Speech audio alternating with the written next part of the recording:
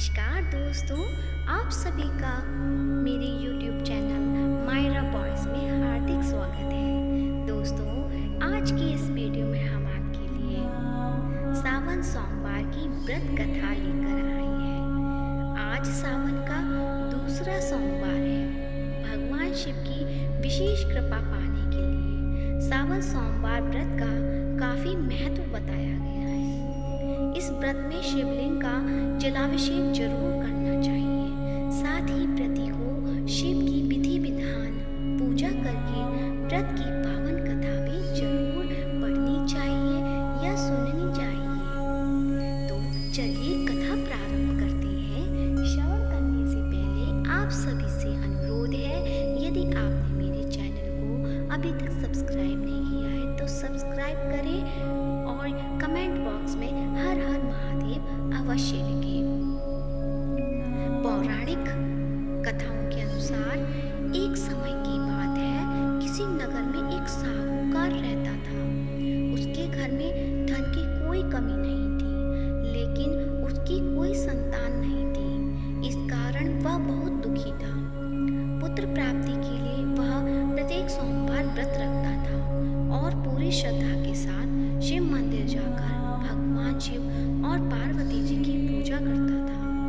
उसकी भक्ति देखकर एक दिन माँ पार्वती प्रसन्न हो गई और भगवान शिव से उस साहूकार की मनोकामना पूर्ण करने का आग्रह किया।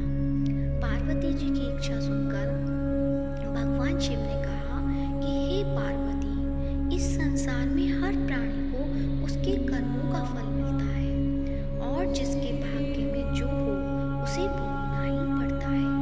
लेकिन पार्वती जी ने साहूकार की भक्ति का मान रखने के लिए उसकी मनोकामना पूर्ण करने की इच्छा जताई। माता पार्वती के आग्रह पर शिव जी ने साहूकार को पुत्र प्राप्ति का वरदान तो दिया, लेकिन साथ ही यह भी कहा कि उसके बालक की आयु केवल 12 वर्ष होगी। माता पार्वती और भगवान शिव की बातचीत को साहूकार सुन रहा था। उसे ना तो इस बात की खुशी थी और ना ही दुख। वह पहले की ही भांति शिव जी की पूजा करता रहा। कुछ समय के बाद साहूकार के घर एक पुत्र का जन्म हुआ। जब वह बालक 11 वर्ष का हुआ तो उसे पढ़ने के लिए काशी भेज दिया गया। साहूकार ने पुत्र के मामा को बुलाकर उसे बहुत सारा धन दिया और कहा कि तुम इस बालक को काशी विद्या प्राप्ति के लिए ले जाओ और मार्ग में यज्ञ कराना।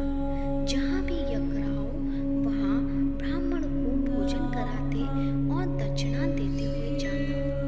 दोनों मामा भांजे इसी तरह यज्ञ कराते और ब्राह्मणों को दान दक्षिणा देते काशी की ओर चल पड़े।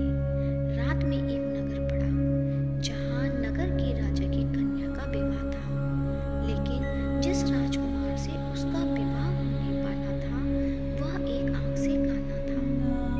राजकुमार के पिता ने अपने पुत्र के काना होने की बात को छिपाने के लिए एक चाल सोची। साहूकार के पुत्र को देखकर उसके मन में एक विचार आया। उसने सोचा, क्यों ना इस लड़की को दूल्हा बनाकर राजकुमारी से विवाह करा दूं। विवाह के बाद इसको धन देकर विदा कर दूंगा और राजकुमारी को अपने नगर ले जाऊंगा। लड़के को दूल्हे के वस्त्र पहनाकर राजकुमारी से विवाह कर दिया गया। लेकिन साहूकार का पुत्र ईमानदार था। उसे यह बात न्याय संगत नहीं लगी।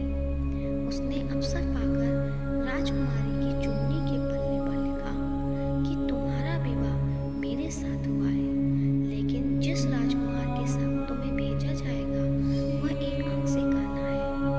मैं तो काशी पढ़ने जा रहा हूँ। जब राजकुमारी ने चुन्नी